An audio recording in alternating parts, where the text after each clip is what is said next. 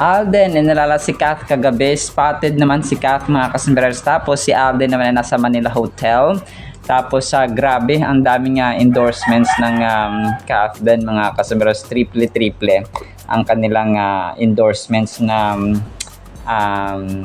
na ginagawa mga kasombreros. Unahin ko ito, yung CDO ni Alden kagabi ay nag-post or kahapon mga kasombreros ng panibagong post nila sa Facebook 11 hours ago. Sabi dito, "Oops, stop scrolling. This is your sign to enjoy home-style comfort with CDO home-style corned beef." Tapos nalalasap muna ba? Tapos ito yung endorsement ni Alden sa CDO mga kasombreros na kung saan nga ay siya ang brand ambassador. Tapos BYD ni Alden mga kasombreros, nag-trending siya sa kanyang BYD na ganap. Grabe nag-trending si Alden sa Twitter.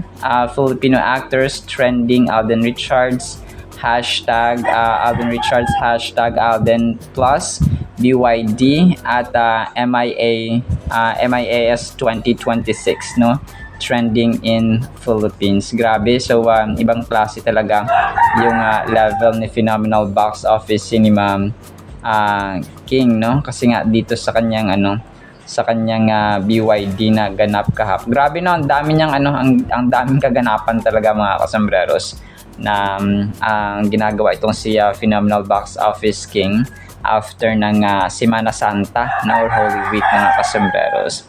Tapos ito 12 hours ago, post niya Jepoy Celebrity Studio. Ano ginagawa mo, Katreng? Marami pa naman nagbabantay sa kilos mo, mga taga-zoo.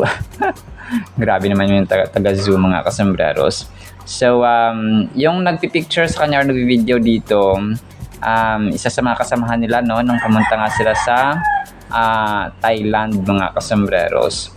So ito ay part ng kanyang hindi ko alam kung part ng glam team niya or kaibigan niya doon sa may Thailand mga kasombreros. Ito post ng Chismis PH 18 hours ago. Sabi niya ito kay Alden ay tunay na pangalan ni Alden Richards parang na-feature lang niya yung tunay na pangalan ni Alden na Richard Reyes Fulkerson Jr. 100 reactions marami rin mga kasombreros yung nag-react or nag-like dito kay Soiti mga kasombreros. Tapos naungusan na pala ni Kath mga kasombreros. Nasa 8th spot na si Kath mga kasombreros sa shining brightest star mga kasombreros. So ito yung kanilang parang botohan yung labanan mga kasi di ba kahapon nasa 8th spot si Phenomenal Box Office Cinema Queen at saka ngayon po ay nasa pang-8 na siya mga kasombreros and mga Kathinatics.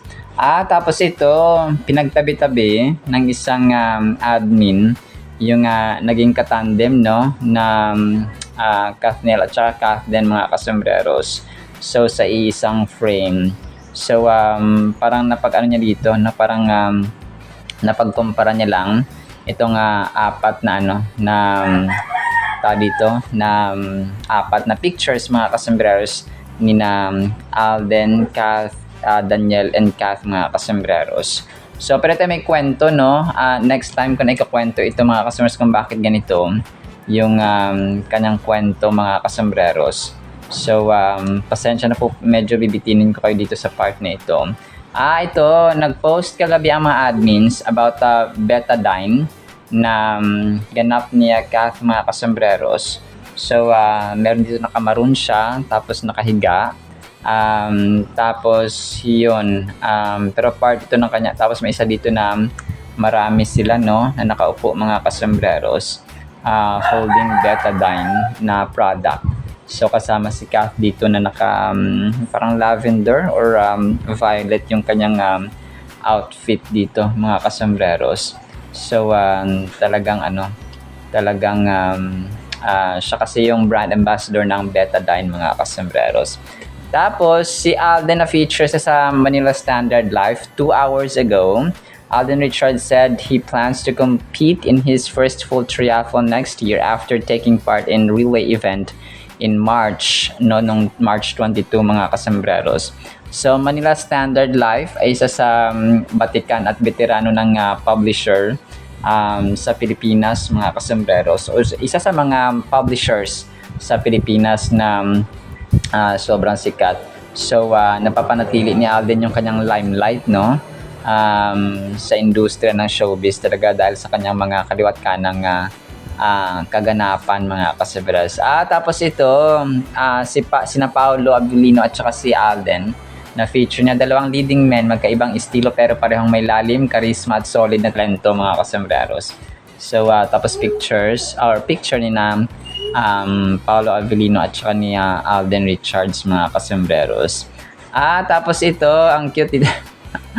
Talaga na to, parang uso pala ito ng kanta pala ito mga kasambreros. So una yung fan, tapos si Alden, thank you next.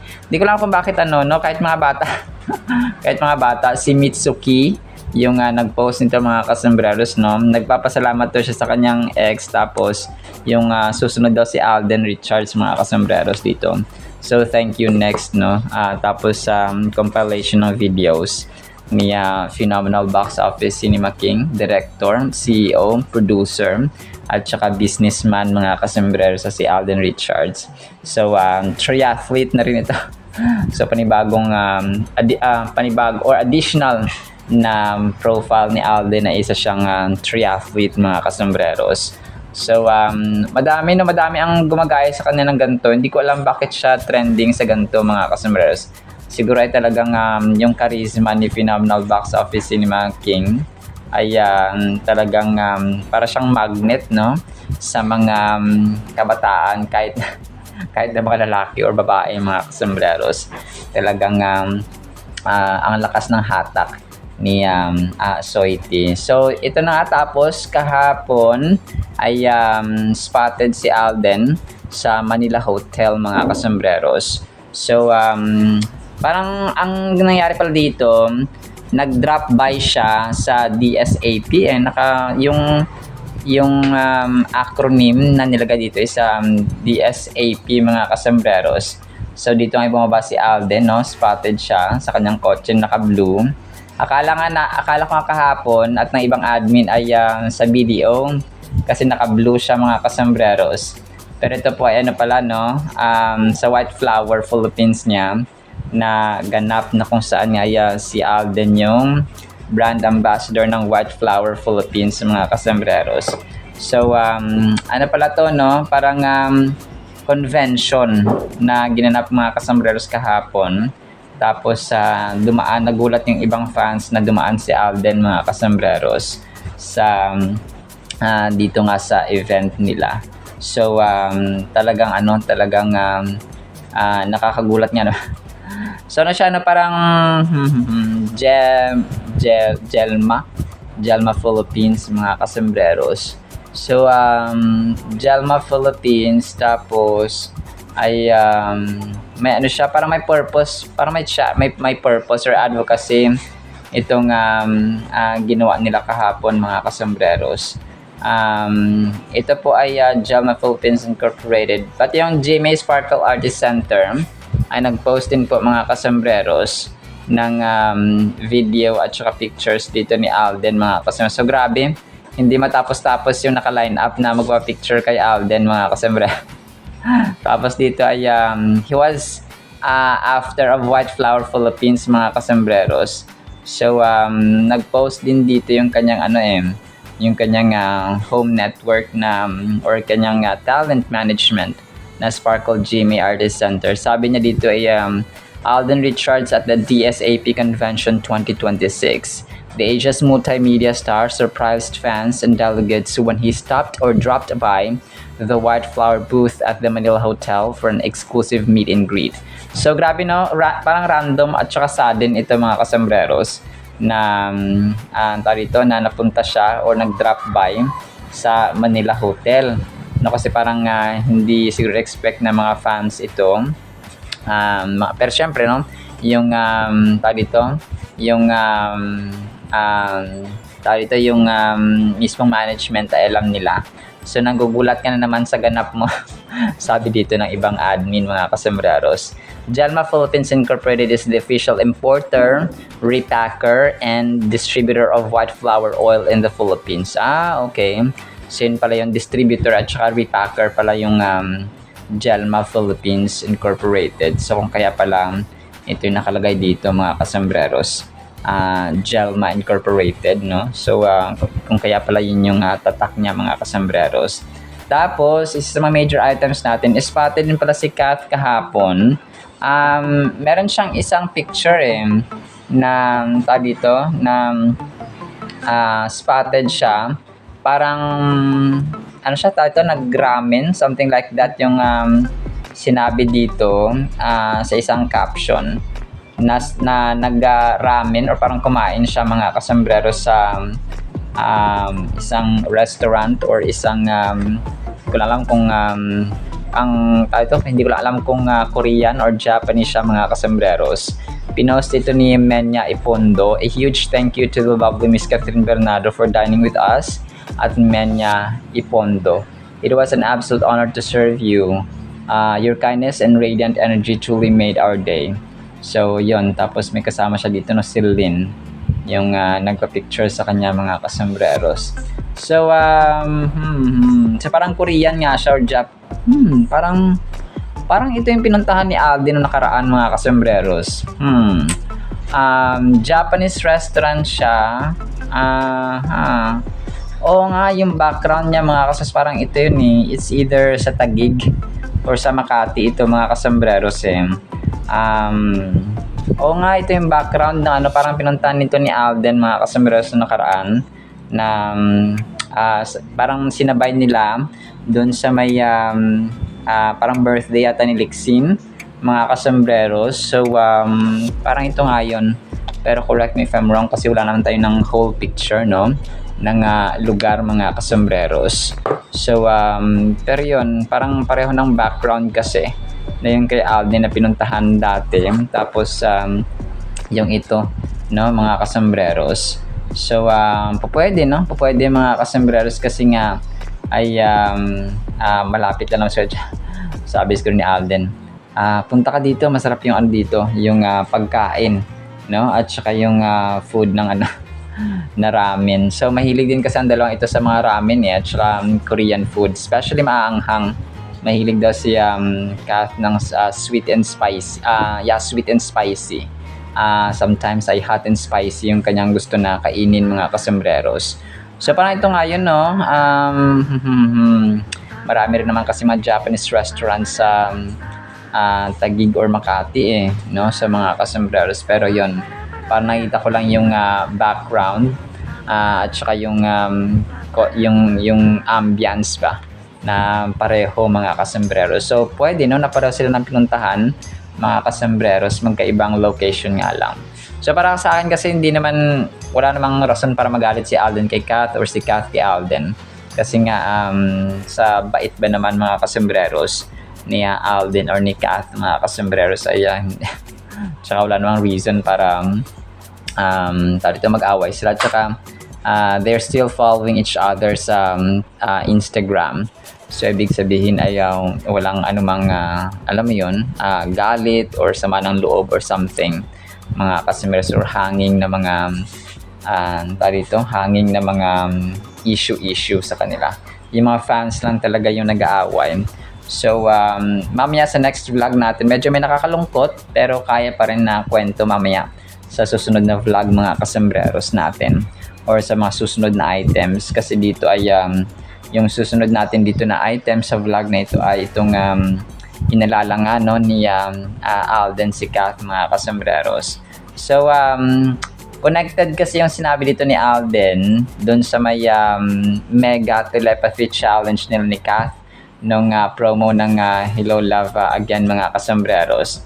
So tapos yung nangyari kasi dito yung di ba tinanong sila kung telepathy challenge, ibig sabihin magbibigay sila ng question. For example, ano yung favorite Filipino film ni Alden, tapos sabay silang sasagot dapat, no, sabay sila. So dito, dun sa telepathy challenge nga nila, ay sinabi dito na, yung interview pala na to ay ay sa braces or special and clear braces kagabi na pinost ng special and clear braces mga kasambreros. So maraming questions dito pero dito maraming questions dito pero yung tumatak sa akin dito yung favorite movie line, favorite line from your movies or from movie na Filipino mga kasambreros ay yung One More Chance, no, ni John Lloyd Cruz at saka ni Bea Alonzo mga kasambreros.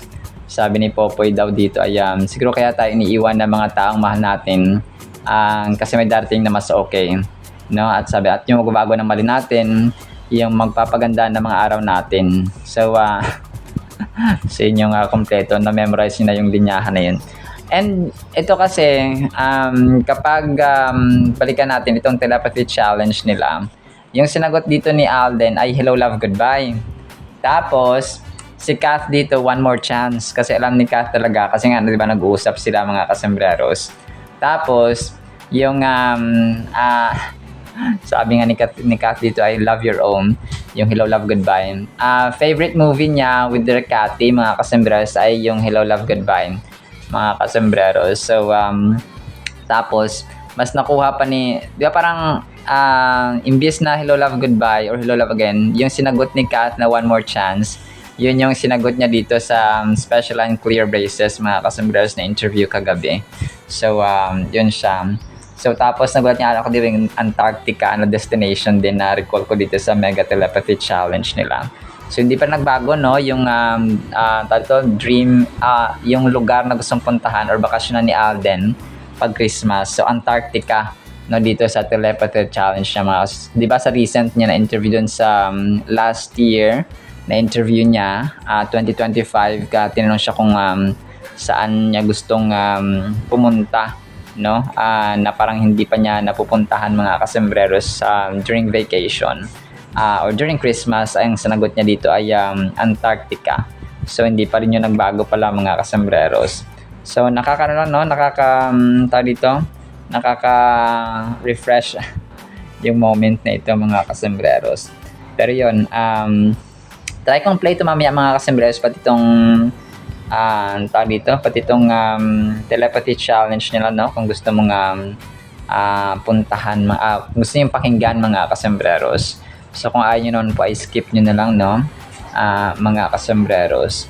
So yun, nagulat lang ako dito na parang nalala ni Alden si Kath mga kasambreros, no? Kasi yun yung no? Yun yung yun yung sinigaw ni Kath mga kasambreros dun sa kanilang telepathy challenge nga during the promo of Hello Love Again. So tapos yun, actually yan lamang sa ating Catherine items. I-play ko po itong mga videos na inyo pong papakinggan. Tapos ay pakinggan natin of course ang napakagandang salita po ng Panginoon. Isang pinagpalang araw po sa bawat isa. One thing fans don't know about you, that behind this smile, syempre guys, Special Line is doing the work. Wow, favorite line from your movies. A movie talaga that really stuck to me, that line to ni John Lloyd Cruz sa One More Chance. Ang sabi ni Popoy, siguro kaya tayo iniiwan ng mga taong mahal natin kasi may darating na mas okay. Yung magbabago ng mali natin, yung magpapaganda ng mga araw natin. Hey Mega, this is Catherine Bernardo. And Alden Richards, and we'll be playing Telepathy Challenge. 1, 2, 3. Sinigang. Tama ako! Yes! Okay. 2, 3. Tom Ryan- Hanks. Ryan Gosling sa Crush ko Sinigang. siya eh. Tom Pero Hanks. parang I like Tom Hanks. Oh, Tom Hanks. You know, pag actor. Okay. 1, 2, 3. Antarctica. Basic. Hindi sinabi niya ka. 1, 2, 3. Scramble. Fishball. No, scramble. With milk. Scrambled. I scramble, the pink okay, one. okay. Tapos may extra powdered milk. 1, 2, 3, go. One Hello, more love, chance. Hello, love, goodbye. Di ba one more chance? Sabi mo before. Favorite Dear Cathy. Favorite director. Ano sa'yo? Hello, love, goodbye. Love your own yan. Love your own. Love your own po. 1, 2, 3. Forrest Gump. Coda sasabihin ko. Ay, shit! Coda din. Actually, pwede din yung Coda. Coda. 1, 2, 3. Eddie Eddie Garcia. Oh my God! Hindi ko nag-expect. Okay, good. 1, 2, 3. Green. 1, 2, 3. Dog. 1, 2, No. 3. 1, 2, 3. 1, 2, 3. Philo. Celine? No, Celine. Ayoko, may prosthetics yun. 1, 2, 3. Blake Lively. Blake Hi, Lively. Blake Lively. Blake Lively. I like her too. Sobrang ganda ng ating Word of God mga kasambres. Ang title natin ay Huwag Sayangin ang Hininga. Bakit kaya ganito ang title? Proverbs 23 verse 9, Don't waste your breath on fools. Ito pala yun. For they will despise the wisest advice. Napakaganda mga kasambreros, no? Proverbs muna tayo ngayon kasi parang na-miss ko yung wisdom, katuruan at kaalaman ni Haring Solomon mga kasambreros from God na ibabahagi sa atin. So, ang tao talagang kailangan natin ng wisdom araw-araw. No? Kailangan natin ng ideas, ng strategy sa buhay mga kasambreros. May it be teacher man tayo ay ordinaryong nanay, ordinaryong anak, ordinaryong asawang lalaki, ordinaryong tatay, ordinaryong kapatid, ordinaryong individual in general mga kasombrero. So kailangan talaga natin ng mga strategy, especially kapag tayo po ay breadwinner sa pamilya or may mga inaalagaan tayong mga matanda or may sakit or sino man dyan mga kasombereros, no, ay kailangan natin, and even ourselves po ay kailangan nating alagaan, no, kasi kailangan natin kumain. So kahit na matanda, bata, lahat po ay kailangan kumain, no? Kailangan mag-consume ng food mga kasembreros. And of course, no, talagang dito ko na-realize talaga na kahit na matanda ng tao, nagko-consume pa rin ng kuryente, nagko-consume pa rin ng tubig, nagko-consume pa rin ng pagkain, gumagamit pa rin ng tubig, ilaw mga kasembreros and so on. So, kung kaya, walang tigil no? Walang tigil ang gastos sa mundong ito. Kahit na sino man, kahit na isa ka lang tao na nakatira sa liblib na lugar, so kailangan pa rin kumain mga kasmiros at kumayod. So, ganoon po siya. So, dito, napakalalim ng advice, no, at saka reminder ni Haring Solomon. Huwag daw nating sayangin ang ating hininga sa mga taong hindi nakikinig ng advice, no? Yung mga taong, sabi pa nga niya dito, fools, no? Yung mga hangal, sorry po sa term mga kasembreros. So, don't waste your breath on fools, no? Yung mga taong hindi nakikinig ng reminder, ng paalala ng magulang, paalala ng kapatid, ng kaibigan, or so on mga kasembreros. Alam niyo, nakakadismaya yung mga taong kahit alam mong mali na yung ginagawa nila at alam naman niya na mali yung ginagawa niya, pero pag pinagsasabihan mo, ikaw pa yung masama, na parang ayaw niya makinig kasi nga hard-headed or stubborn siya. So kung kaya yung ending, ikaw pang masama, no? Pero kapag nagkasakit sila, damay-damay din naman ang pamilya mga kasembreros. So thank God na tayo po ay biniyaan ng pamilya na somehow ay nakikinig mga kasembreros, no? Kapag pinagsasabihan or nire-remind natin or nire-remind tayo mga kasembreros. So napakalaga ito kasi kapag ang bata, for example tinuruan siya ng hindi siya naturuan ng bata, tapos nung matanda na, kunwari teenager na siya, saka siya dinidisiplina, pinapaalalahanan, so hindi na yun gaanong ma-absorb ng bata. Kasi nung maliit pa siya, let's say 1, 2, 3, 4, 5, 6, 7, 8, no, maximum ng 8 mga kasembreros, ay hindi siya naturuan ng maayos. So kapag nasa 10 hanggang 13 or 12 niyan mga kasembreros, may mga no? Minsan may mga sarili na silang mga emotion na nagtatampo, nagkukunot ng noo kapag hindi tama ang ginagawa mo sa kanila and so on mga kasembreros. So nagkakaroon sila ng isip. Okay? Tapos kasi according sa research, ang bata na 1 to 8 or 7 years old mga kasembreros, pwede ka pa mag-strict discipline Pwede mo pa silang paluin kapag maximum tolerance ba. Kunwari, hanggang 10 beses lang kapag inulit mo pa, ay papaluin na kita. So, usapan natin yan. So, Ganon dapat, no, naunawaan dapat ng bata. Hindi siya, isang beses pa lang pinalo mo agad. So, hindi po dapat ganon. Ang tamang disiplina po ay pinapaintindi natin sa bata na papaluin sila kapag na-reach na nila yung warnings or yung maximum na warning, mga kasunod. Let's say, 4 na beses o pag 4 na beses o 5 beses mo na ginawa yan, papaluin na kita ha. Kung magkaroon kayo ng usapan. Okay? Effective yun, mga kasembreros, kung maliit pa yung bata ha. Let's say 4 years old, 5 years old, ganun siya, mga kasembreros, no? Especially itong mga edad na ito, 3, 4, 5, 6, no? Napakagandang bata, napakagandang age range din ito natin train ng mga bata, mga kasembreros, or disiplinahin the way they should grow up, mga kasembreros. So yun, kapag kunwari na-reach na yung 5, so ayan, na-reach mo na yung 5, papaluin na kita ha. So anong gusto mong pamalo? Itong sinturon o itong stick, no? Ganoon siya, mga kasembreros. So magkakaroon muna kayo ng conversation. Pero yun, ang mahalaga doon ay naiintindihan nila na mali sila at saka na-reach na nila yung maximum tolerance limit kung kaya sila papaluin. Hindi sila dapat pinapalo agad-agad, na kasi yung magiging dating nun sa kanila ay brutal, ano ba to si mama, pinapalo nila ako, hindi ko maintindihan ko anong kasalanan ko. So ganoon siya. It's really effective, mga kasembreros, kapag pinapaunawa natin sa kanila na ganito, ganyan, kung kaya sila papaluin.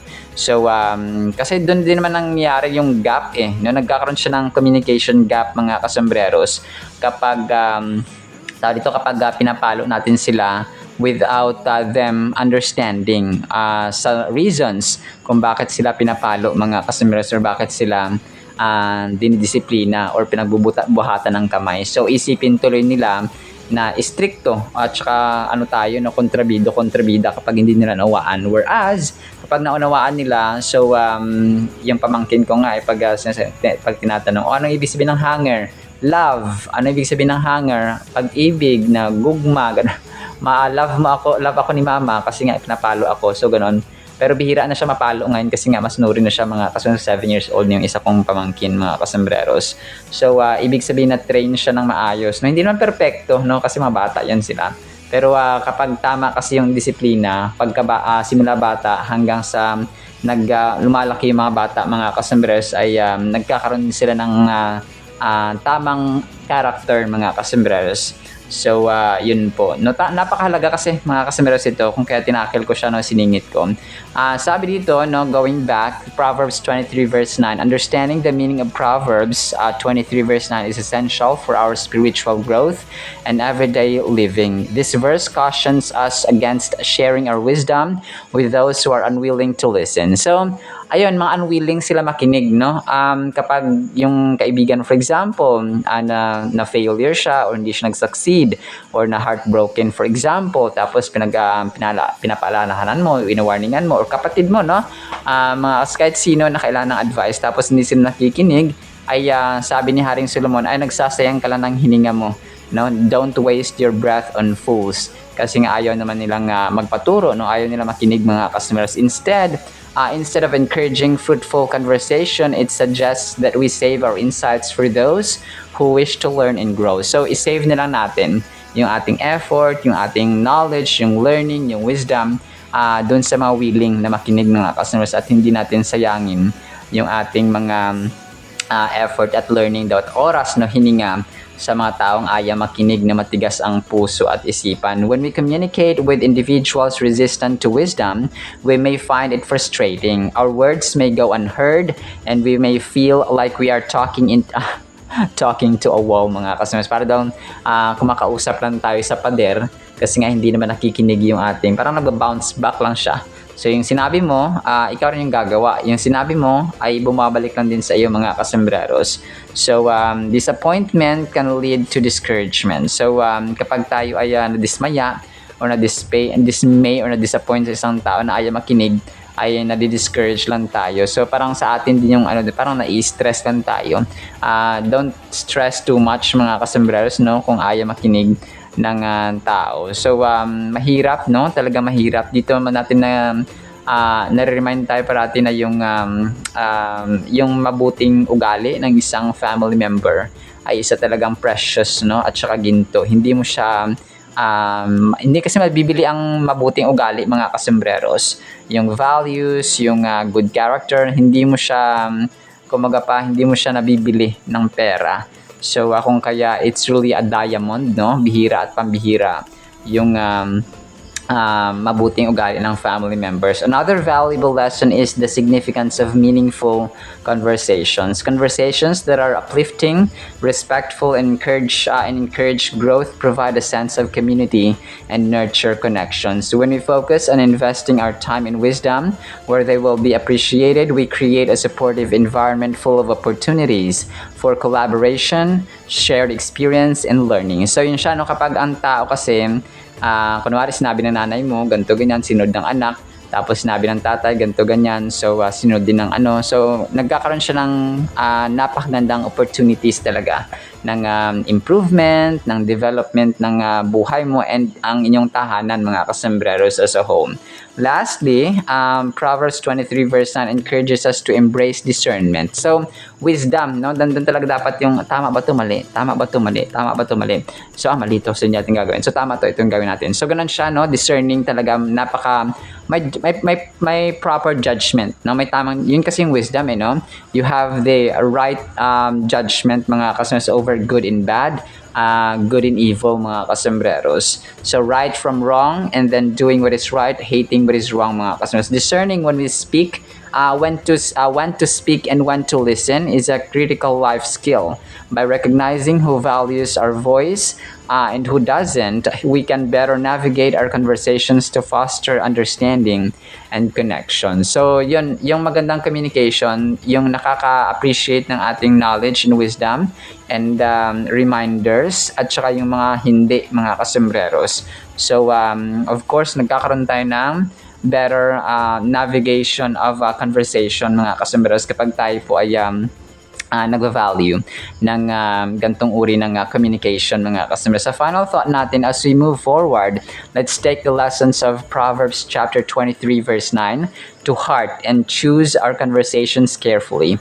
We invite you to explore more topics related to personal growth, engaging with the verses about relationships and communication within our community. So, napakaganda, no? Napakaganda, mga kasus. Kung pa, wag nating sayangin yung ating oras, no, sa walang kabuluhang dito sa mga taong ayaw makinig sa atin, mga kasembreros, especially when it's dealing with wisdom, experiences, no, at saka life skills and values, mga kasembreros.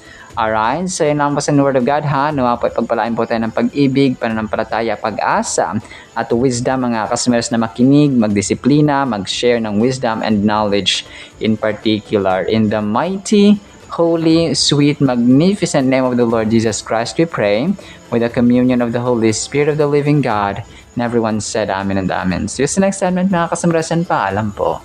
I love you all.